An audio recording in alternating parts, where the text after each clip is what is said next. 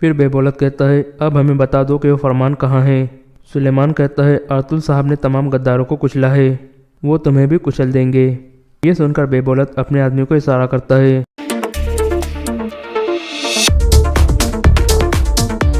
اور پھر کہتا ہے چلو تمہارے سر کے زخموں پر گرم لوہا لگاتے ہیں، ہو سکتا ہے اس طرح تم بول پڑو۔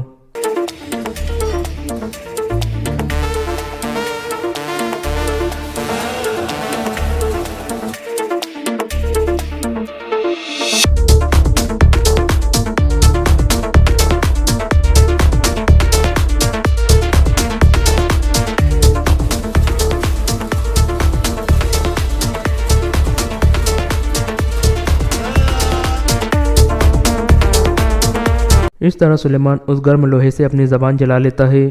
یہ دیکھ کر بے بولت کہتا ہے اس پاگل آدمی نے کیا کیا ہے؟ باتور کہتا ہے اس نے کچھ نہ بتانے کے لیے اپنی زبان کو جلا لیا ہے۔ سلیمان ہنسنے لگتا ہے۔ اسی دوران ارطغرل غازی کا قافلہ ایک جگہ رک جاتا ہے اور وہ گھوڑوں سے اتر کر آگے بڑھنے لگتے ہیں۔ دوسری جانب کائی قبیلے میں سلجان خاتون کہہ رہی تھی اللہ کرے کہ سلیمان وہ فرمان جلدی سے گندوکدو تک پہنچا دے، مجھے گندوکدو اور اپنا بیٹا بہت یاد آتے ہیں۔ غار میں باتور کہہ رہا تھا اب یہ بول نہیں پائیں گا۔ بے بولت کہتا ہے تو یہ بات ہے، ایک گونگے کا ہمیں کوئی فائدہ نہیں ہے۔ یہ کہہ کر وہ کھڑا ہو جاتا ہے اور اپنی تلوار نکال لیتا ہے۔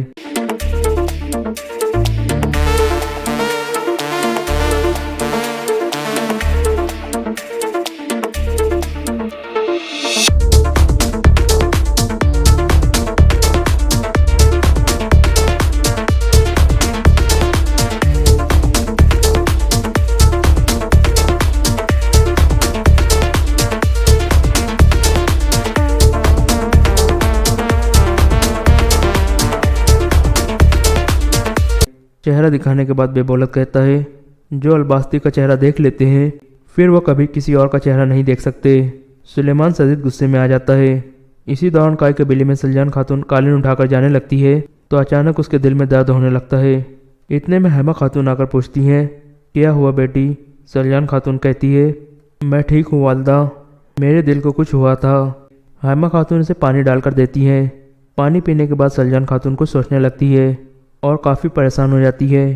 دوسری جانب ارطغرل غازی اور ان کے ساتھی اس غار میں پہنچ جاتے ہیں، لیکن بے بولت اور اس کے آدمی جا چکے تھے جبکہ سلیمان شہید ہو چکا تھا۔ ارطغرل غازی بہت دکھی ہو جاتے ہیں اور رونے لگتے ہیں۔ Süleyman'ım nasıl kıydılar sana Yiğit?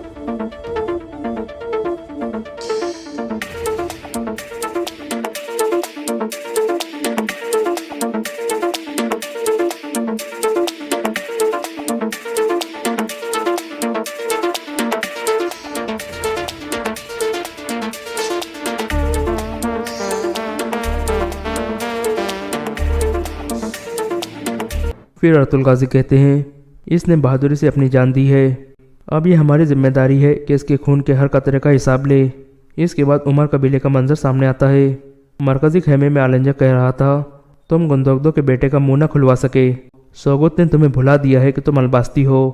بے بولت کہتا ہے اس نے خاموش رہنے کے لیے اپنی زبان جلا لی تھی، اس کے علاوہ اور میں کیا کرتا؟ سوگت نے تمہیں بھی بھلا دیا ہے کہ تم آلنجک ہو، ارطغرل نے تمہاری خلاف ورزی کی لیکن تم نے کچھ بھی نہیں کیا۔ آلنجک کہتا ہے حتیٰ کہ آپ کے اندر آگ جل رہی ہو پھر بھی آپ کو دھوئیں کو باہر نہیں آنے دینا چاہیے، ورنہ دشمنوں کا اندازہ ہو جائے گا کہ یہ آگ انہیں جلا سکتی ہے۔ بے بولت کہتا ہے اگر اس آگ نے ارطغرل کو نہ جلایا تو پھر یہ ہمیں جلا دیں گی کمانڈر، یہ یاد رکھو۔ آلنجک کھڑا ہو کر کہتا ہے ارطغرل نے ہمارے ساتھ کھیل کھیلا ہے، ہم بھی بالکل اس جیسا کھیل کھیلیں گے، ہم اسے اندر سے نقصان پہنچائیں گے۔ بے بولت کہتا ہے یہ ممکن نہیں ہے، اس کے سب سپاہی اس کے ساتھ وفادار ہے۔ آلنجک کہتا ہے وہ ہماری نہیں لیکن اپنی عورتوں کی بات ضرور سنیں گے۔ ارطغرل کے خاص آدمی کون کون ہے؟ بے بولت کہتا ہے آرتک، ترگت اور بامسی۔ آرتک اور ترگت کی بیوی نہیں ہے لیکن بامسی کی ہے۔ آلنجک کہتا ہے تو ٹھیک ہے، تم سرما کی ذمہ داری لگاؤ اور اسے کہو کہ وہ بامسی کی بیوی کے قریب ہو، باقی تم جانتے ہو کہ کیا کرنا ہے۔ اب تم کائی قبیلے میں جا کر افسوس کرنے جاؤ، آخر تمہارے سردار اعلیٰ کا بھتیجا فوت ہوا ہے۔ بے بولت پوچھتا ہے اب آپ کہاں جاؤں گے؟ آلنجک کہتا ہے برقع خان کے آدمیوں نے ہمارے لیے جال بچھایا تھا، لازمی ہمارے اندر کوئی غدار موجود ہے، سب سے پہلے میں اس غدار کو تلاش کروں گا۔ یہ کہہ کر آلنجک چلا جاتا ہے۔ دوسری جانب غار میں ارطغرل غازی سلیمان کی لاش کے پاس بیٹھ کر رو رہے تھے۔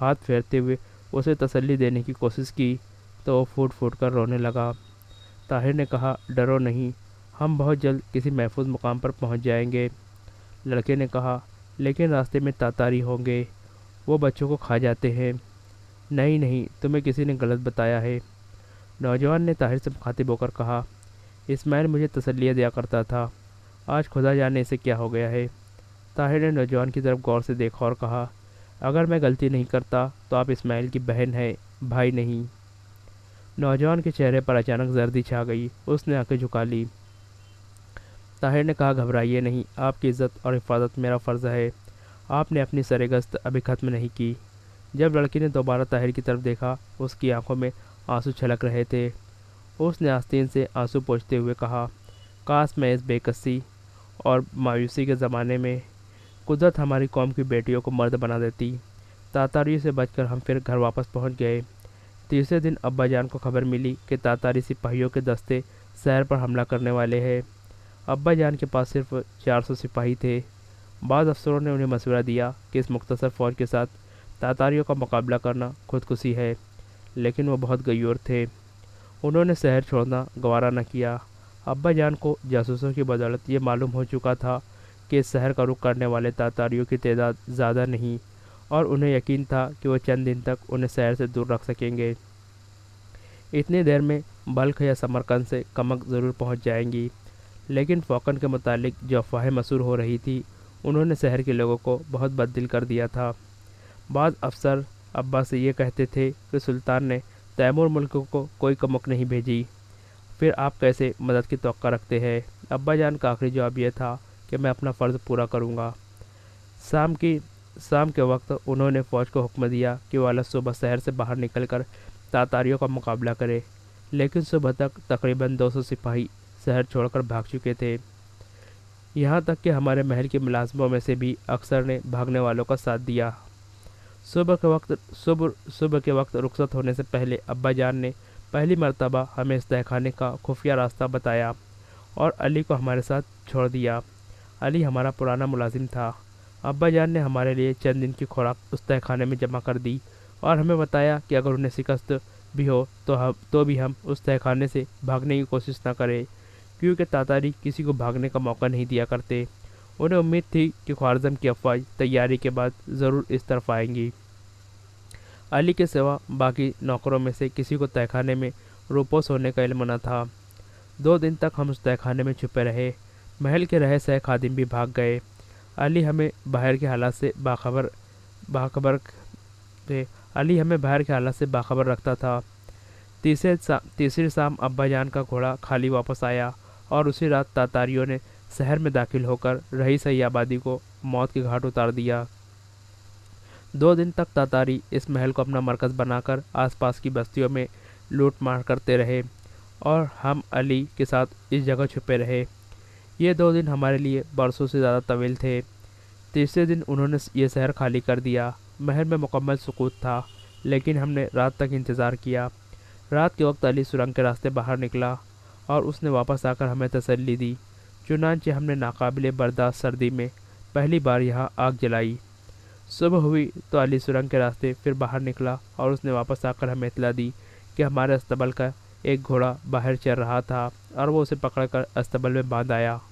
اس کے بعد 4 دن تک ہم یہ دعائیں کرتے رہے کہ مسلمانوں کی کوئی فوج اس طرف آ نکلے۔ پرسوں رات ہم نے یہ فیصلہ کیا کہ الگ صبح اس مقام کو خیر آباد کہہ کر بلخ کی طرف روانہ ہو جائیں گے۔ ممکن ہے راستے کی کسی فوجی چوکی سے مدد مل جائے، لیکن پچھلے پہر برف باری کے آثار دیکھ کر میں نے سمرقند کے گورنر کے نام یہ درخواست لکھی کہ ہمیں یہاں سے نکال کر بلخ پہنچانے کے لیے فوج کا ایک دستہ بھیجا جائے۔ علی میری درخواست لے کر کل روانہ ہوا۔ اب وہ گھوڑا جس پر آپ آئے ہیں میں دیکھ آئی ہوں، علی اسی پر گیا تھا۔ میرے خیال میں وہ کسی تاتاری کی سفاکی کا شکار ہوا ہے۔ اب شاید خدا نے ہماری مدد کے لیے آپ کو بھیجا ہے۔ آپ کہاں سے آئے ہیں؟ طاہر نے مختصراً اپنی سرگست سنائی اور اختتام پر لڑکی سے کہا، میں ذرا باہر جا کر موسم کا حال دیکھنا چاہتا ہوں۔ محل میں تاتاریوں کی آمد کا ہر وقت خطرہ ہے، اس لیے باہر جانے کا محفوظ راستہ یہ سرنگ ہے۔ یہ کہتے ہوئے لڑکی نے تہخانے کی دیوار کے ساتھ لگی ہوئی لوہے کی ایک چرکی کو گھمانا شروع کیا۔ معمولی کھڑکھڑاہٹ کے ساتھ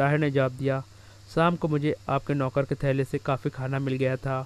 مجھے گھوڑے کی فکر ہے، میں اسے اسی حالت میں چھوڑ آیا تھا۔ میں الگ صبح اوپر جا کر اسے استبل میں چھوڑ آئی تھی، وہاں سوکھی گھاس کافی ہے۔ یہ کہہ کر ثریا اپنے بھائی کی طرف متوجہ ہوئی۔ اسماعیل، تم ان کے ساتھ بیٹھ کر کھاؤ۔ اسماعیل طاہر کے ساتھ بیٹھ گیا۔ طاہر نے گوشت کے ٹکڑے کی طرف ہاتھ بڑھایا لیکن پھر کھینچ لیا اور ثریا کی طرف دیکھتے ہوئے کہا، لیکن آپ؟ ثریا نے کہا، آپ میری فکر نہ کیجیے، میں بہت سویرے کھا لیا کرتی ہوں۔ اسماعیل ذرا دیر سے اٹھا تھا، اس لیے یہ ابھی تک بھوکا ہے۔ طاہر نے ایک نوالا منہ میں ڈالتے ہوئے لڑکے سے کہا، اسماعیل کھاؤ، لیکن اسماعیل مضطرب ہو کر اپنی بہن کی طرف دیکھ رہا تھا۔ ثریا نے ذرا آگے بڑھ کر لڑکے کے سر پر پیار سے ہاتھ پھیرتے ہوئے کہا، اسماعیل کھاتے کیوں نہیں؟ کمسن بچے کی آنکھوں میں آنسو بھر آئے اور وہ کپکپاتے ہوئے ہونٹوں کو بھینچنے کی کوشش کرتا ہوا دونوں ہاتھ پھیلا کر ثریا سے لپٹ گیا۔ میں نہیں کھاؤں گا، میں نہیں کھاؤں گا، اس نے ہچکیاں لیتے ہوئے کہا۔ طاہر نے محسوس کیا کہ کوئی تلخ شے اس کے حلق سے اتر گئی ہے۔ اس نے تستری اٹھا کر ثریا کے سامنے رکھ دی اور کہا، میں اپنا حصہ کھا چکا ہوں۔ ثریا نے کہا، نہیں نہیں، آپ بھوکے ہیں۔ طاہر نے کہا، ایک عرب ماں کی بیٹی سے مجھے یہی توقع تھی، لیکن میں اب آپ کا مہمان نہیں، محافظ ہوں۔ مجھے شام کے وقت پیٹ بھر کر کھانے کے لیے مل گیا تھا، لیکن آپ نے شاید شام کو بھی بہت تھوڑا کھایا ہو۔ طاہر نے اٹھ کر کمان سنبھالی اور ترکس گلے میں ڈالتے ہوئے کہا، آپ یہ کھا لیں، میں انشاءاللہ جلد واپس آؤں گا۔ اگر بستی میں کوئی شے نہ ملی تو شاید باہر سے کوئی شکار مل جائے۔ ثریا نے کہا، بستی میں انسانی لاشوں کے سوا تاتاری سب کچھ چڑھ کر گئے ہیں، اور اس موسم میں شاید شکار بھی نہ ملے۔ طاہر نے کہا، مجھے یقین ہے خدا نے ہمیں بھوکوں مارنے کے لیے یہاں اکٹھا نہیں کیا۔ میں انشاءاللہ خالی ہاتھ نہیں آؤں گا۔ آپ شام کی فکر کیے بغیر یہ کھانا کھا لیں۔ ثریا نے کہا، اگر آپ کو خدا کی رحمت پر اس قدر بھروسہ ہے تو کم از کم اپنا حصہ کھا کر جائے۔ طاہر نے جھک کر گوشت کا ایک ٹکڑا منہ میں ڈالتے ہوئے کہا، بس میں نے اپنا حصہ لے لیا ہے۔ لڑکی نے کہا، میں آپ کو باہر پہنچا آتی ہوں۔ نہیں، میں نے راستہ دیکھ لیا ہے۔ یہ کہہ کر طاہر سرنگ کے راستے باہر نکل گیا۔ طاہر کے جانے کے بعد ثریا نے کہا، اسماعیل اب کھا لو۔ کمسن لڑکے نے جواب دیا، تمہارے بغیر نہیں کھاؤں گا۔ ثریا نے تستری میں پڑی ہوئی اشیاء میں سے تیسرا حصہ نکال کر علیحدہ رکھ دیا اور کہا، یہ ان کا حصہ ہے، جب وہ آئیں گے بہت بھوک ہوگی، اور یہ میرا ہے اور یہ تمہارا۔ دوپہر کے وقت مسئلہ صاف ہو چکا تھا اور سورج کی روشنی میں برف کی چمک آنکھوں کو خیرہ کر رہی تھی۔ ہوا ساکن ہونے کی وجہ سے موسم میں قدرے خوشگوار تبدیلی ہو رہی تھی۔ ثریا اور اسماعیل سرنگ سے باہر چند درختوں کے درمیان ایک پتھر پر بیٹھے طاہر کا انتظار کر رہے تھے۔ برف پگھلنے سے درختوں کی ٹہنیاں آہستہ آہستہ ننگی ہو رہی تھی۔ سامنے وادی کے درمیان ندی کا پانی آہستہ آہستہ زیادہ ہو رہا تھا۔ اسماعیل نے کہا، آپا وہ ابھی تک نہیں آئے، ایسی دھوپ میں شکار ضرور مل جاتا ہے۔ ثریا نے جواب دیا، خدا سے دعا کرو، وہ بہت اچھے آدمی ہے، اگر ابا جان ہوتے تو انہیں اپنی فوج کا سالار بنا لیتے، لیکن آپا انہیں شکار کی بجائے تاتاری مل گئے تو خدا ان کی مدد کرے۔ اگر ہمیں یہاں کسی تاتاری نے دیکھ لیا تو یہاں ہمیں اوپر سے کوئی نہیں دیکھ سکتا۔ اگر انہیں تاتاریوں نے پکڑ لیا اور انہوں نے اپنی جان بچانے کے لیے تاتاریوں کو ہمارا پتہ دے دیا تو چپ رہو، اپنے مہمانوں کے متعلق ایسی باتیں نہیں سوچا کرتے۔ اگر پھر برف بارش شروع نہ ہوئی تو ہم یہاں سے روانہ ہو جائیں گے انشاءاللہ۔ اسماعیل خاموش ہو گیا، لیکن تھوڑی دیر بعد وہ چلانے لگا، وہ آ گئے، آپا، ادھر دیکھو، وہ پہاڑی دمبا لا رہے ہیں، دیکھو آپا وہ کتنا بڑا ہے، وہ اسے بڑی مشکل سے اٹھا کر چل رہے ہیں، آگ بجھ تو نہیں گئی؟ ثریا نے درخت کی آڑ سے ایک طرف ہو کر دیکھا، طاہر کندھے پر ایک پہاڑی دمبا اٹھائے ندی عبور کر رہا تھا۔ اسماعیل نے پھر کہا، آپا آگ بجھ تو نہیں گئی ہوں گی، مجھے بہت بھوک لگ رہی ہے۔ ثریا نے کہا، تم تو کہتے تھے کہ تم بالکل سیر ہو گئے ہو، میں یہ نہ کہتا تھا تو آپ اپنا حصہ بھی نہ کھاتی، لیکن اب تو دمبا خدا نے بھیج دیا ہے، آپا یہ بہت اچھے آدمی ہیں۔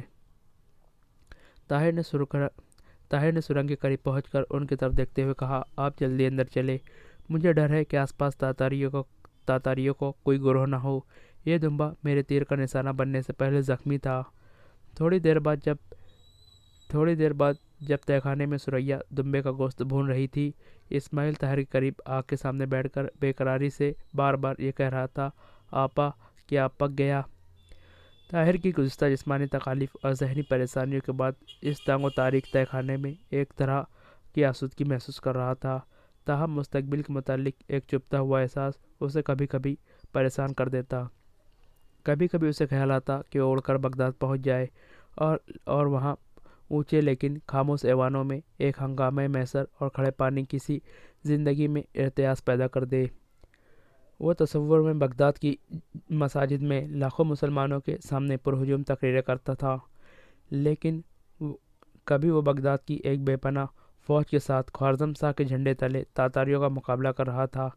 کبھی وہ خلیفہ اور وزیر اعظم کو آنے والے خطرات سے آگاہ کرنے کے بعد ان کی بے حسی سے مایوس ہو کر انہیں جلی کٹھی سنا رہا تھا، اور کبھی تصور میں وحید الدین کو خلیفہ کے سامنے مجرموں کے کٹہرے میں کھڑا کر کے نہایت زوردار الفاظ میں اس کا جرم ثابت کر رہا تھا۔ طرح طرح کے خیالات کے ہجوم میں اسے کبھی کبھی اسماعیل کی کسی بات کے جواب میں ثریا کی آواز سنائی دیتی۔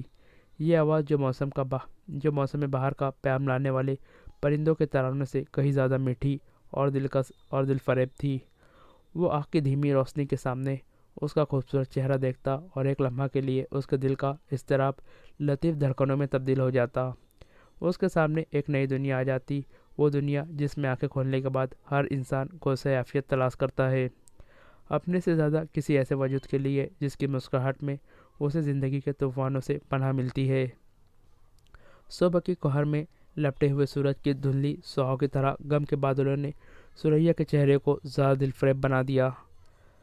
حیا کے ہزاروں پردوں میں چھپی ہوئی ملول نگاہیں طاہر کو جو پہلا اور آخری پیغام دے چکی تھی وہ یہ تھی کہ ہم ایک دوسرے کے لیے ہیں، ہمیں ایک دوسرے کی ضرورت ہے۔ طاہر محسوس کر رہا تھا کہ اس صورت سے ملتی جلتی ایک دھندلی سی تصویر اس کے دل میں پہلے سے بھی موجود تھی، ایسی آواز جو وہ پہلے بھی سن چکا تھا۔ طاہر صحرائے حیات کی اس منزل پر پہنچا تھا جہاں پہنچ کر انسان کی رقابت کی احتیاج محسوس کرتا ہے، جہاں کسی دوشیزہ کی مسکراہٹ اسے واپس دلانا اس کے لیے کائنات کا سب سے بڑا مسئلہ بن جاتی ہے۔ لیکن وہ ان لوگوں میں سے تھا جو پھولوں سے کھیلنے کے بجائے کانٹوں کو مسلنے میں زندگی کی لذت محسوس کرتے ہیں، جنہیں رباب کی تانوں سے زیادہ تلواروں کی جھنکار زیادہ دلکش محسوس ہوتی ہے، جو اپنے لیے جینے کے بجائے دوسروں کے لیے مرنا سادہ سمجھتے ہیں، اور کسی ایک پھول کو اپنی آنکھوں کے لیے سامان تسکین بنانے کے بجائے اپنے خون سے ہزاروں پودوں کو سیراب کرتے ہیں۔ ثریا کی طرح خوارزم کی اور ہزاروں لڑکیوں کی بے کسی کے تصور نے طاہر کے جسم میں ایک کپکپاہٹ سی پیدا کر دی۔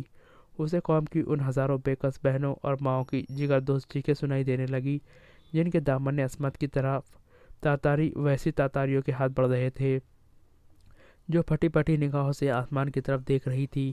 ہماری عصمت کے رکھوالے کہاں ہیں؟ ہمارے غیور بیٹوں اور بہادر بھائیوں کو کیا ہو گیا ہے؟ طاہر نے چونک کر کہا، ہم کل پچھلے پہر یہاں سے روانہ ہو جائیں گے۔ ثریا تھوڑی دیر کے لیے سوچ میں پڑ گئی اور پھر طاہر نے کہا، ہمیں صرف 2-3 منازل میں خطرہ ہے، اس کے بعد شاید کسی چوکی سے مدد مل جائے۔ ثریا نے کہا، مجھے صرف اسماعیل کا خیال ہے، ہمارے پاس صرف ایک گھوڑا تھا اور وہ بھی مر چکا ہے۔ آپ نے کب دیکھا؟ جب آپ شکار کے لیے گئے تھے تو میں وہاں دوبارہ گئی تھی، مجھے وہ صبح کے وقت بھی بیمار معلوم ہوتا تھا۔ طاہر گہری سوچ میں پڑ گیا۔ تھوڑی دیر بعد اسماعیل نے کہا، آپ میری وجہ سے پریشان نہ ہو، میں پیدل چل سکتا ہوں۔ ثریا نے کہا، آپ کو یہ امید نہیں کہ خوارزم کی افواج دوبارہ اس طرف آئیں گی؟ طاہر نے جواب دیا، جو افواج تیمور ملک کے لیے امداد کے لیے نہ پہنچ سکی، مجھے ان سے کوئی توقع نہیں، لیکن مصیبت انسان کو قدرت کے معجزات کا طلبگار بنا دیتی ہے۔ میں خوارزم کی مدد سے مایوس ہوں لیکن قدرت کی مدد سے مایوس نہیں۔ اگر ہم پیدل پہاڑی کا راستہ اختیار کریں تو کھلے کی نسبت زیادہ محفوظ ہوں گے۔ راستے میں کسی زخمی سپاہی کا گھوڑا مل جانا بعید از قیاس نہیں۔ اس کے علاوہ میرا اندازہ ہے کہ تاتاریوں کا رخ شمال مغرب کی طرف ہے، جنوب میں بلخ کا راستہ محفوظ ہوگا۔ ہم انشاءاللہ کل پچھلے پہر یہاں سے روانہ ہو جائیں گے۔ شام کے وقت طاہر نے جب نماز کے بعد دعا کے لیے ہاتھ اٹھائے تو اسے اوپر محل میں گھوڑوں کی ٹاپوں کی آواز سنائی دی۔ ثریا نے فوراً اٹھ کر سلگتی ہوئی آگ کو پتھر کی سلوں سے ڈھانپ دیا۔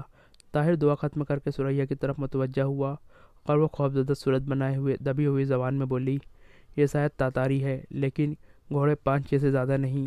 طاہر نے آہستہ سے کہا، ہو سکتا ہے کہ ان کے پیچھے کوئی فوج آ رہی ہو، اسماعیل نے مغموم لہجے میں کہا۔ اب ہم شاید بلخ نہ جا سکے۔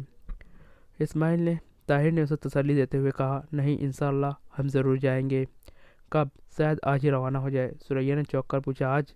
ہاں، آپ اس گوشت میں سے 2-3 دن کی خوراک تھیلے میں ڈال لیں، لیکن برفانی راستے میں رات کے وقت آپ پیدل چلنے کے متعلق کیوں سوچتی ہے؟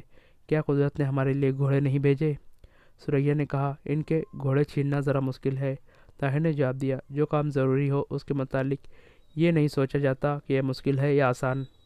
تھوڑی دیر اوپر سے ٹھکاٹھک کی آوازیں آنے لگی اور ثریا بولی، وہ درمیان کے بڑے کمرے میں شاید آگ جلانے کے لیے دروازے توڑ رہے ہیں اور گھوڑے کو استبل میں باندھ آئے ہیں۔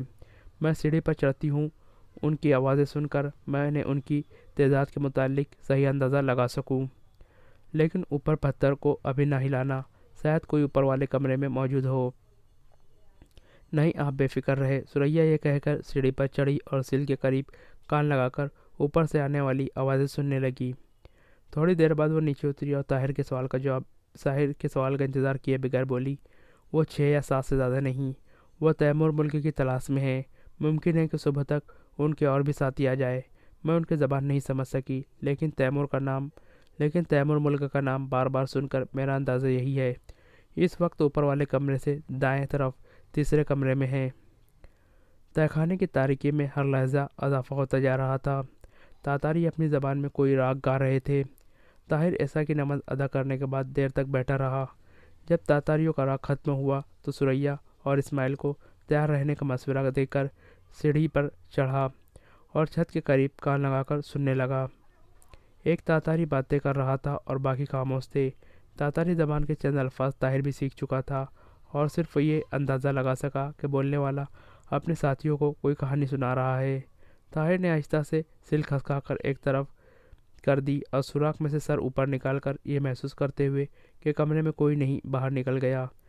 پتھر کی سل اسی طرح سگاف پر پڑی رہی۔ تاریکی میں چند قدم چلنے کے بعد طاہر کے ہاتھ ایک دروازے پر لگے۔ اس نے آہستہ سے دروازے کو باہر دھکیلا، لیکن دروازے کی چرچراہٹ نے اسے پریشان کر دیا اور وہ جلدی سے اسے بند کر کے دیوار کے ساتھ لگ کر کھڑا ہو گیا۔ بند ہوتے وقت دروازے کی چرچراہٹ کی آواز نسبتاً زیادہ تھی۔ کہانی سنانے والا تاتاری اچانک خاموش ہو گیا۔ ایک ثانیے کے بعد اس نے اپنے کسی ساتھی سے کچھ کہا اور وہ نیم خوابی کی حالت میں بڑبڑانے لگا۔ یہ 2 آدمی تھے جن میں سے ایک طاہر کے اندازے کے مطابق داستان گو تھا۔ کچھ دیر ایک دوسرے سے بحث کرتے رہے۔ درمیان والے کمرے میں ان میں سے ایک بڑے کمرے میں داخل ہونے کی آہٹ سنائی دی۔ وہ بدستور بڑبڑا رہا تھا۔ طاہر نے فوراً اندازہ لگایا کہ ان 2 کے علاوہ باقی سب تاتاری سو گئے ہیں۔ تاتاری نے درمیانی کمرے میں سے گزرنے کے بعد طاہر کے کمرے کا دروازہ کھولا۔ چونکہ اب درمیانی کمرے کے دونوں دروازے ایک دوسرے کے سامنے تھے، اس لیے تیسرے کمرے سے آگ کی ہلکی سی روشنی طاہر کے کمرے میں پہنچ رہی تھی۔ وہ دیوار کے ساتھ سمٹ کر بے حس و حرکت کھڑا رہا۔ تاتاری بے پرواہی سے طاہر کے کمرے میں داخل ہوا۔ وہ ایک لحظہ کے لیے ادھر ادھر دیکھنے کے بعد آنکھیں ملنے اور اپنے ساتھیوں کو گالی دینے کے بعد واپس جا رہا تھا کہ طاہر نے آہنی ہاتھ اس کی گردن پر پڑ گئے۔ پست قد تاتاری کے منہ سے ایک ہلکی سی آہ بھی نہ نکل سکی۔ آن کی آن میں طاہر نے اسے لاش بنا کر زمین پر لٹا دیا۔ تیسرے کمرے سے داستان گو کی آواز سنائی دے رہی تھی۔ وہ شاید اپنی داستان کا آخری حصہ سنانے کے لیے بے قرار تھا۔ طاہر نے جلدی سے تلوار نیام سے نکالی اور دیوار کے ساتھ لگ کر زور زور سے کھرراٹے لینے لگا۔ داستان گو یہ سمجھ کر کہ اس کا ساتھی دوسرے کمرے میں پہنچ کر سو گیا ہے، ہنستا ہوا اٹھا اور ایک جلتی ہوئی لکڑی آگ میں لیے اس کمرے تک پہنچا، لیکن پیشتر اس کے کہ وہ کمرے کا جائزہ لے سکے، طاہر کی تلوار اس کے سینے کے آر پار ہو چکی تھی۔ وہ لڑکھڑا کر فرش پر گر پڑا، اس کے ساتھ ہی اس کے منہ سے ایک چیخ نکل گئی۔ تیسرے کمرے میں سے اس کے ساتھی اچانک اس چیخ سے بیدار ہو کر بیک وقت ایک دوسرے کو سمجھنے اور سمجھانے کی کوشش کر رہے تھے۔ طاہر ایک لمحہ کے توقف کے بغیر بھاگتا ہوا درمیانی کمرہ عبور کرنے کے بعد تیسرے کمرے میں جا داخل ہوا۔ وہاں آگ کی وجہ سے کافی روشنی تھی۔ تاتاری اٹھ کر اپنی تلوار سنبھال رہے تھے کہ طاہر کی تلوار ان پر سائیکہ بن کر کوندی اور ان میں سے 2 بسمل ہو کر فرش پر لوٹنے لگے۔ اتنے دیر میں باقی 3 تاتاری سنبھل چکے تھے۔ طاہر کی تلوار کئی مرتبہ اپنے تینوں حریفوں کی تلواروں سے ٹکرائی۔ تاتاریوں نے اسے خطرناک مد مقابل سمجھتے ہوئے منتصر ہو کے لڑنے کی کوشش کی، لیکن طاہر نے انہیں ایک کونے سے ادھر